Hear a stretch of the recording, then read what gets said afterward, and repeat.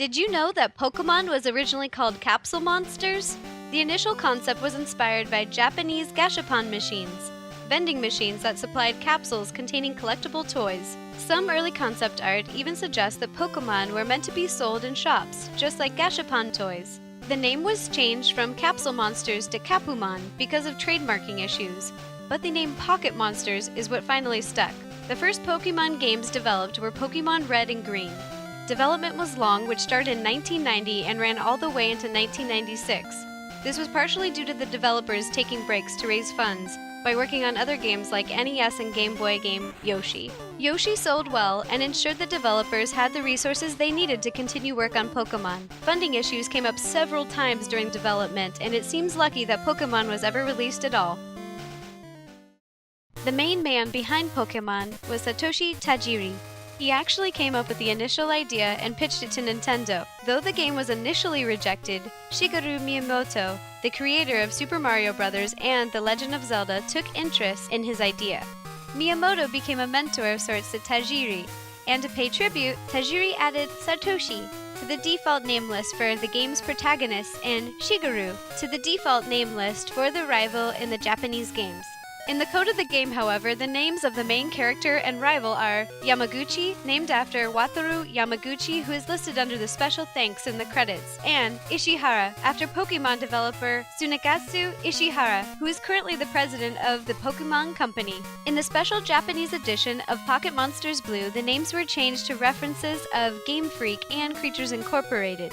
Interestingly, the English versions of the game kept this tradition. The default names in the code were changed to Nintendo and Sony, referencing the competition in the console market between PlayStation and Nintendo 64.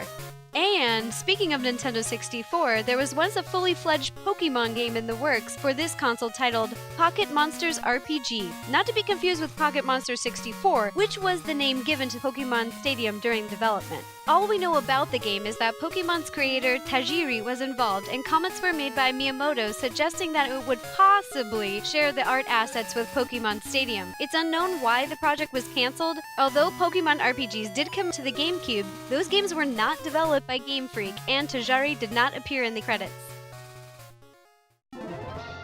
Ken Sugimori created a lot of iconic concept art during the development of Pokemon Red and Green, but one of these pieces seems a little out of place. This art portrays a three-way showdown between the game's protagonist Red with Bulbasaur, the rival character Blue with Charmander, and a girl with Squirtle. Since the characters Red and Blue were integral to the game's story, you'd think that this girl held some significance. In the Pokemon Adventure manga, the girl is revealed to be a trainer called Green. Green stole Professor Oak's Squirtle in the manga, which links her back to the original concept art.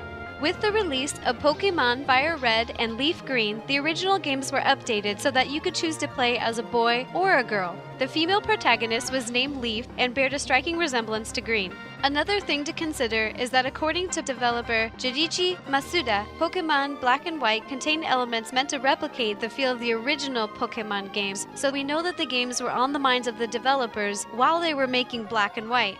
One thing that Pokemon Black and White had was a three-way dynamic between the main character and two rivals instead of just one, a girl named Bianca and a boy named Charon. These connections seem to suggest that Green was intended to be playable in the original Pokemon games as a female protagonist like Leaf, or possibly that the three-way rival dynamic used in Black and White was an idea intended for the original games.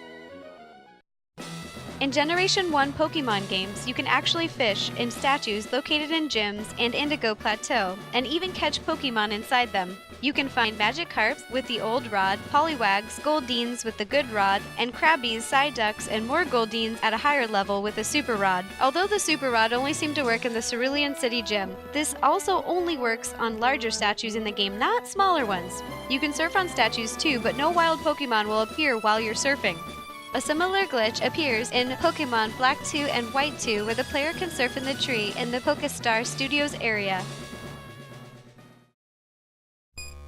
There's evidence suggesting that the Psychic type in Pokemon is weak to Bug, Ghost, and Dark type because they are all basic fears, and fear can manipulate the mind. The ability Rattle raises the user's speed when hit by Bug, Dark, or Ghost-type Pokemon, implying they've been shaken up or scared, strengthening this idea. In the Japanese version of the game, Dark type is named Evil type, so the idea can apply there too.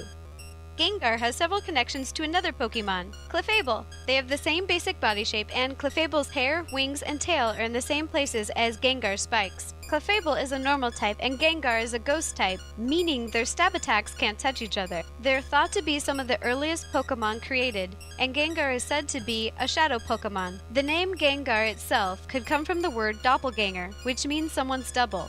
It's almost as if Gengar is Clefable's shadow.